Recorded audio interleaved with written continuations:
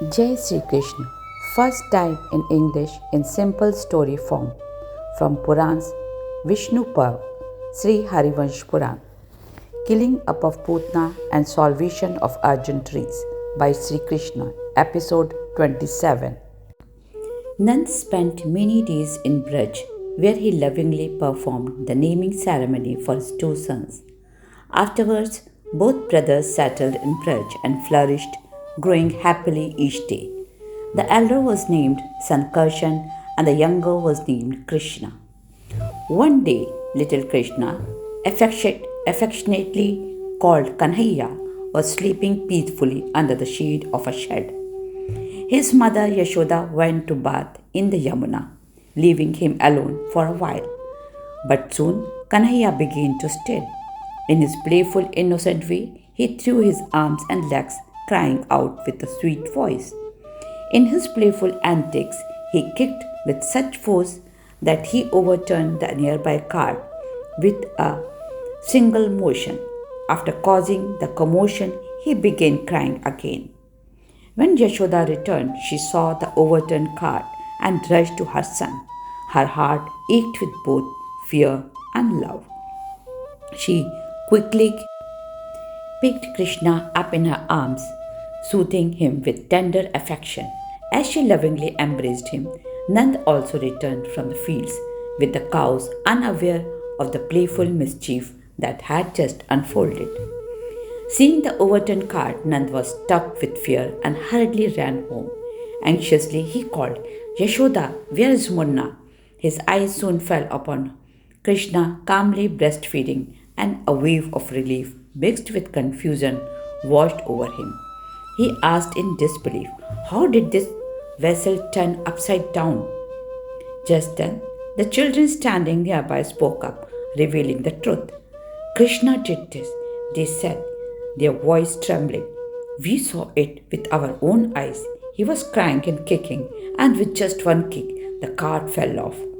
Vasudev stood frozen, astonished by their words. His mind struggled to comprehend the extraordinary feat. The others in the room too were filled with amazement.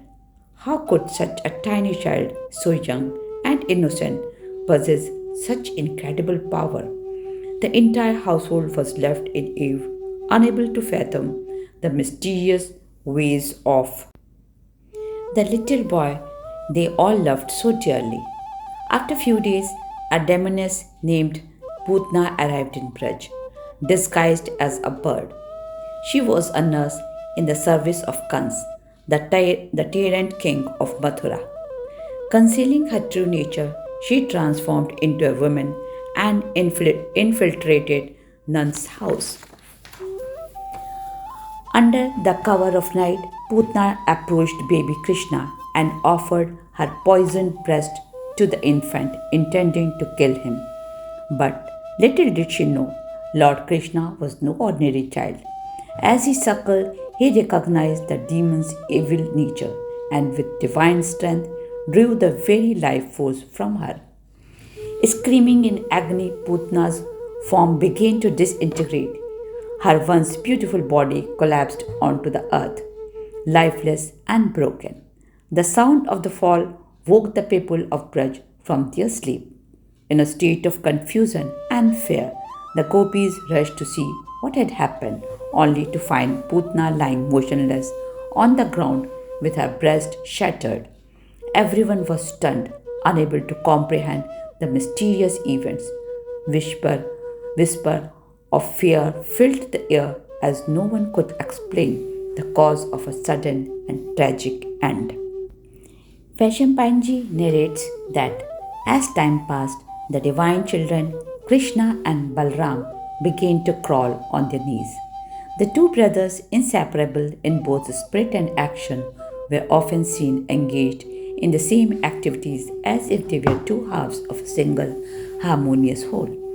Their innocent lives followed a simple yet profound daily rhythm filled with joy and play. Despite being the Supreme Lord, the protector of the entire cosmos, Shri Krishna, in his divine Leela, took on the humble role of a cowherd boy. This was the mysterious and unparalleled grandeur of his incarnation to embrace the simplicity of life in bridge, tending to cows and playing with his friends, all the while concealing his limitless divinity behind the guise of a playful child. He was always consumed by a boundless curiosity for sports. The curly locks of hair on his head often hung in front of his eyes, making him restless and impatient. He roamed freely across bridge, lost in the joy of his play. One day, Yashoda, his mother, grew exasperated and scolded Kamal Nayan, Shri Krishna. In her frustration, she tied a rope around his tiny waist, fastening it securely to the mortar, and sternly said, "If you can move now, then go ahead." With that, she returned to her household chores. But as soon as Yashoda became absorbed in her work, Kanhaiya slipped away from the courtyard. With the mortar in tow, he casually began dragging it towards the forest, leaving the people of Braj astonished and speechless. On the way stood two mighty Arjun trees, their trunks thick and towering. As Kanhaiya pulled the mortar between them, the rope tied to his waist caused the mortar to veer off course. It struck the roots of the trees and became wedged. With a mischievous grin, Kanhaiya tugged at the mortar, using all his strength. To the astonishment of all, the trees rooted firmly for so long were uprooted with ease. With a mighty crash, the Arjun trees fell, its branches and roots torn from the earth. Standing between the fallen trees, Kanhaiya, with a sparkle in his eyes, revealed his divine power. He laughed joyously, showing the gopis how even the mighty tree of Braj could be moved by the playful strength of the divine child. When the gopis saw Balkrishna in his remarkable state, they rushed to Yashoda, their faces filled with distress and tears. "Yashoda ji," they cried, "come quickly. The two Arjun trees in Braj have fallen on your son." Your beloved child was standing between them, laughing as the trees crashed down. Yashoda, her heart gripped by fear, sprang to her feet. Without a moment's hesitation, she ran to the spot and where trees had fallen, her mind racing with dread.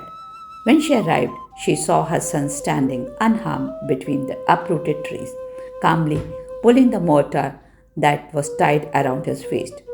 At that moment, words of miraculous events began to spread like wildfire. People from all around started flocking to the gop's house, eager to witness the wondrous spectacle for themselves. The entire village buzzed with astonishment as the miraculous incident became the talk of Braj. The gopis soon arrived at the scene, murmuring in astonishment. These two Arjun trees were like sacred temples in Braj. Who could have caused them to fall? It is nothing short of a miracle that, despite their massive size, these trees spared your child's life when they crashed to the ground. One of the Gopas continued, "This is the third such strange event in Braj.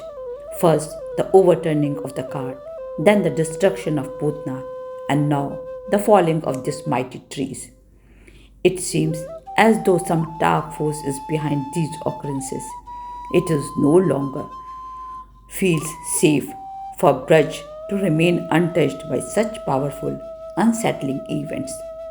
Amidst the growing anxiety, Nand Gopa spoke up, his voice steady but filled with concern. "Enough of this. We must free Krishna from the mortar." Gently, he tied the rope that bound his son and took him back to their home. From that day on, Krishna was known as Damodar, a name that came from the rope around his stomach. Dam meaning rope and Odar meaning stomach. And so, the miraculous and wondrous deeds of child Krishna continue to unfold, each one more extraordinary Then the last, leaving the people of Braj shocked. Jai Sri Krishna. In the next episode, we will come to hear about Sri Krishna's attempt to take Braj to Vrindavan. Episode 28. Please don't forget to like, share, and subscribe.